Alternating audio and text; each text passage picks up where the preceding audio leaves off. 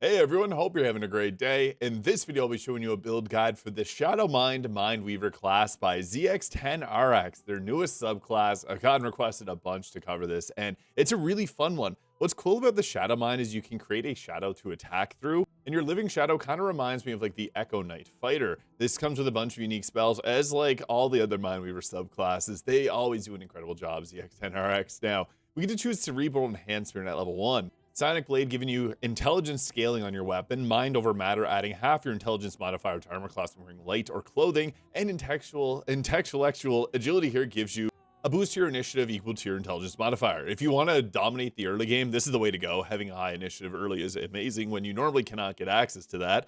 Mind over matter is my preference though, as getting an increased armor class while wearing light armor is great. And one thing I want to mention with this class is it plays unlike all the others, is we have to use our living shadow to get advantages. And ability score wise, I like to go with 16 dex, 14 constitution, and 16 intelligence, just like this. 10 wisdom and 10 strength can be pushed to our charisma here. And skill proficiencies you may need to select, but I always like to go with the acrobatics and persuasion for sure. And then another one, I guess perception is a good choice too, but acrobatics good so you don't get shoved.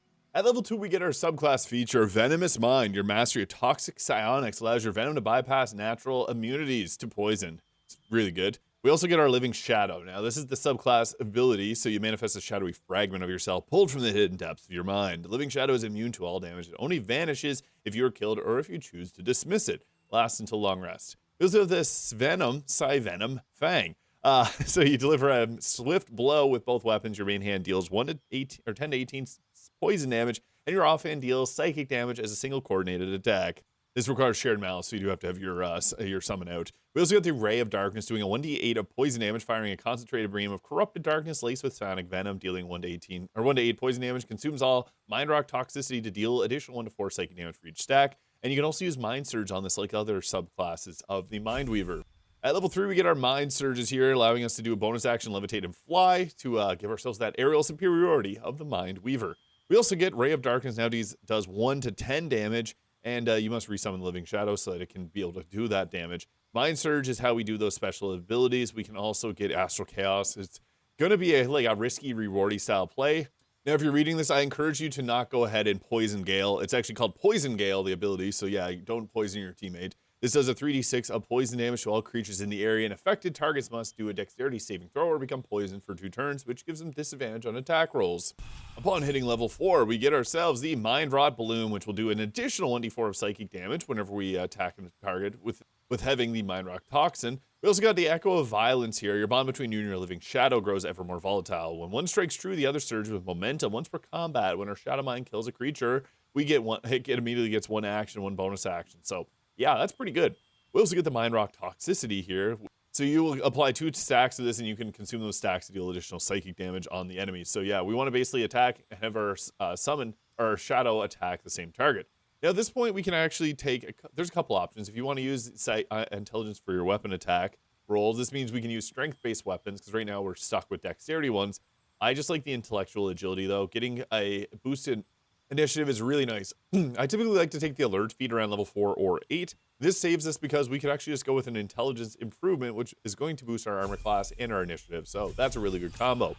Upon hitting level 5, we get Mind Rod Sever. So after dealing damage to the target, the shadow will lash out, dealing weapon damage, poison damage, and inflicting Mind Rod toxicity if they fail an intelligence saving throw. We also get Death in Darkness, so you can command your living shadow to teleport a target, conjuring 3-meter clouds of magical darkness that last 3 turns. Any enemy that attempts to leave the darkness in melee range gets Twilight Rend. So magical darkness obviously being a very powerful ability, and there are items to help out with your teammates to see in darkness. We also got the Shadow Shift here, which immediately swap positions with your shadow and dissipate, gaining invisibility, bending the space through sonic force, or reposition on the battlefield. Pretty cool ability to swap places, you turn invisible. And that's that for level 5. Pretty good power spike, similar to a lot of other classes which have their power spike at level 5. It's nice to see that there. We get some subclass abilities here. So we have the Shadow Assault, so your living shadow lash out immediately after you strike, teleporting your target to deal weapons poison damage. We also have the Shadow Guard here, so your shadow can switch places with you, reducing all damage by half. Kind of cool swap if you want to use that. And the Shadow Guard Charge is what you use for Shadow Guard there to be able to protect ourselves. Level 7 gives us the Grave Echo. So if the living shadow triggers a second explosion from its position if within range of Grave Echoes, inflicting fright into any creature that has less than 50% health. Frighten gives them the ability or disadvantage on attack rolls and they cannot move. And then we also get our Grave Echoes here, which do a 46 of psychic damage, detonating the Psychic Blast around a target, and all targets within 4 meters. It's actually a pretty nice range. If your Living Shadow is also in range, it triggers a second explosion, which is the one that we were talking about there. So yeah, we want to go boom with that. Level 8 gives us the Willing Sacrifice. When you're downed, your Living Shadow teleports to you, healing you for 2 to 8 health, sacrificing itself in the process. So it goes, it explodes, it heals. Living Shadow dissipates the release a 3-meter cloud of magical darkness, granting you dark vision, shielding you from enemy sight unless they can see through it. So that's pretty cool. We also get the Echo of Violence. So the bond between you and your Living Shadow grows ever more volatile. Once per combat, when Living Shadow kills a creature, Shadow Mind gains 1 extra action. Pretty good stuff. And we also get Phantom Strike, doing additional piercing and poison damage. And we can strike from behind, dealing additional poison or psychic damage and poison damage on top. And then your Living Shadow has to be within 2 meters of you. This is a cool ability. I can't wait to show that off in the combat section. At this point, I think it's best to go with the intelligence increase. Usually I go alert, but I think that this one just works best here. Level 9 will give us another Shadow Guard charge to have our Shadow protect us. Level 10 gives us our Dark Communion, really cool looking icon there. I love how they rehash or kit bash some of the icons from the base game. They look really nice. Consume your Living Shadow and you enter a volatile Psionic Possession. You are unable to cast spells, immune to all damage, gain an extra action and bonus action, and your melee damage deals an additional 1 to 4 poison damage. Once the effect ends, you reduce to 0 health. So basically letting your Shadow take over yourself and you become crazy with melee, which you're not actually that powerful because spellcasting is one of our more powerful abilities. It's a cool choice though, and I like the option to go with that. We get more Mind Surges at level 11, and at level 12 we get the Shadow Guard charge and a feat. Lucky is a pretty good choice. This gives us a bit of survivability against enemies. I really like that. We can go with the Alert feat as well to increase our initiative, or we can go with Ability Score Improvement on our Dex, which also increases our initiative. Really want to do melee attack and savage attacker as a choice. Even Sharpshooter with the arrow of many targets does a lot of damage. And Spell Sniper will give you increased critical hit chance with any cantrips. Tough for extra health, but I think the choice is either alert. We go first, guaranteed, if we have alert, or dexterity increase, which can help out a bit with our armor class and survivability. Between those, now they intend to add some more stuff to this class as we continue on. I'm just going to go through it just to go through it for the sake of it. But there's no real abilities here, unfortunately. They will be adding more at a future date. I was going to go ahead and take the tough feat and got a couple difficulty mods on just to make this a little bit better.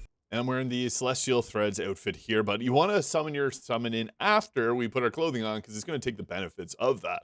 And as for gear from the base game, I really like the Knife of the Undermounted King, giving us an increased critical hit chance and Shadow Blade ability, which is always a good thing to have, giving you advantage in your attack rolls if we're going to go that route. Viconia's Walking Fortress for the best possible shield. Now, there's a few different pieces of gear. With mod builds, it's always tough to recommend things because some people use modded gear. The Helldusk Boots, always a nice one to resist being moved around, or if you're in the early game, Disintegrating Nightwalkers. Scope Boots, Stormy Clamor, as we do apply conditions. And Brain Drain Gloves are actually the one item that fits perfectly when we do psychic damage. We apply Mental Fatigue, which could proc Boots and Stormy Clamor. On the Ballast Armor, we can set up our teammates while using this because it makes a aura, which will make the enemies take extra damage from piercing. A Cloak Protection and Mask Soul Perception is for the increased armor class and attack rolls. We also got the Killer Sweetheart here for the free crit, a Ring of Protection and keep our armor class high, although you could really go with a lot of different ones. The Ring of Arcane Synergy is cool because when you deal damage with a cantrip, you add your intelligence modifier to your attack rolls, so that even counts Ray of Darkness. And we also have the Hellrider Llama for the +3 to our initiative. Now, if you drink a strength, or I guess you could use if we took the Psionic Enhancement, or if you drink a strength potion, you can also use the Sharp Spear of the Evening. The reason that I'm going to mention this weapon in particular is because with this, it gives you the ability to see magical darkness all the time. We get our own darkness, and we get an attack that sets up darkness. And it fits thematically here because we have a shadow. Shadows and darkness go together. So that's my weapon of choice for this, but you don't have to use it. There's also the Eversight Ring in Act 2 you could use. Alternatively, if you want to use like an arrow of darkness to hide out in. The funny thing is you will see your helmet on your character here, but it gets any item that you have. So that's why the Ballast Armor is kind of cheating here. You're not cheating, but it's a good choice because you can have this thing sitting back, setting up your arrows from your archers to deal double damage. And then we can set up in a place that we got good coverage. This is a really interesting way to go about doing this. And we also have all the abilities here listed, and you get the Edge of Darkness, kind of funny. So in combat, now our Shadow is right over here, which is great because they're going to be setting up that Aura of Murder. You can see this target already has that vulnerability applied. So you can be strategic, 3-meter radius. You want to set it up that we get as many enemies as possible because then you can have your teammates drop arrow of many targets. And if they have Sharpshooter, that's 20 extra damage on every arrow, plus the base damage the arrow does being doubled as well. Absolutely insane. Now, I guess you could use some of the abilities here. We could even go with our Living Shadow here, because it can apply the Mind Rot Toxicity or the Mind Blind Venoms here, which is going to be a nice debuff. So we can go ahead here, applying it, and it gets counterspelled. And from our abilities, I guess we got the Ray of Darkness we can just blast away a target with. Poison Gale, which will put out that area of effect like a smaller cone of cold, or I guess a Burning Hands.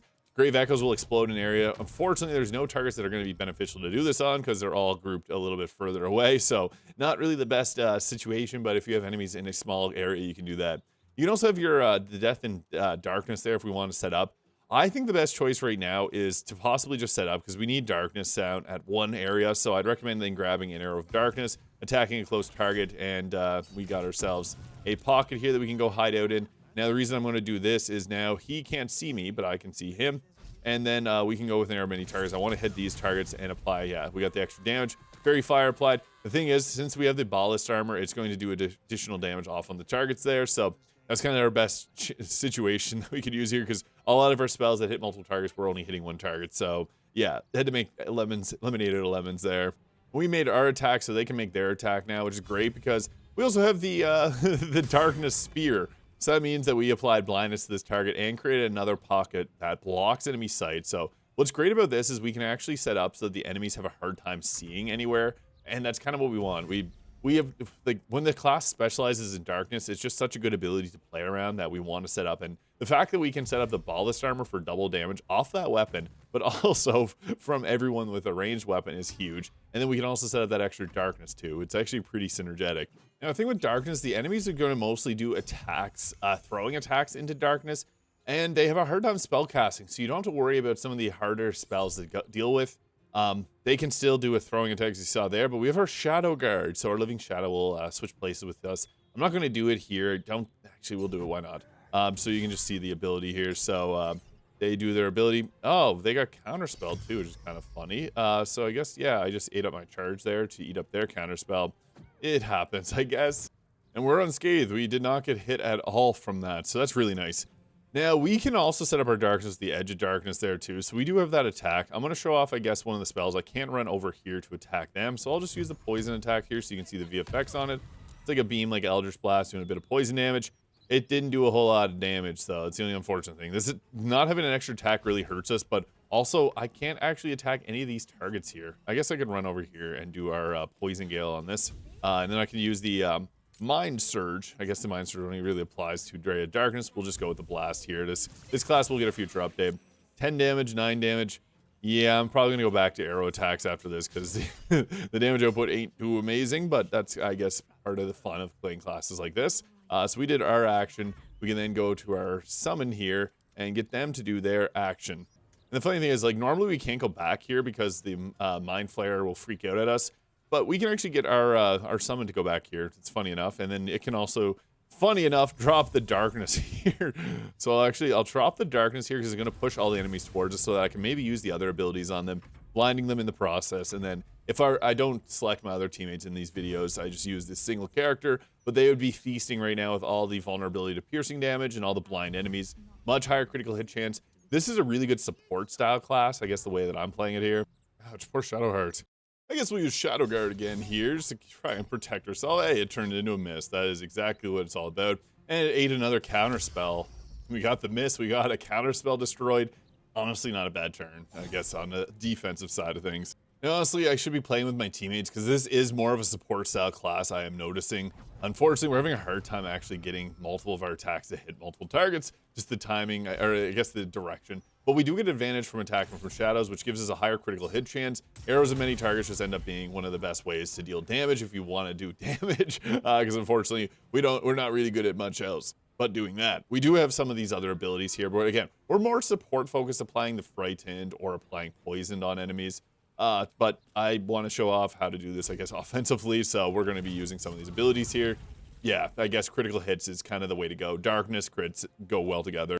And her Shadow is still holding the concentration on darkness, which is fine. This means that they are going to get advantage on this attack roll, giving them a higher critical hit chance. 24 damage is not good for, or not too bad for that. Oops, I forgot the darkness was only 2 to 3 turns, and it's now gone.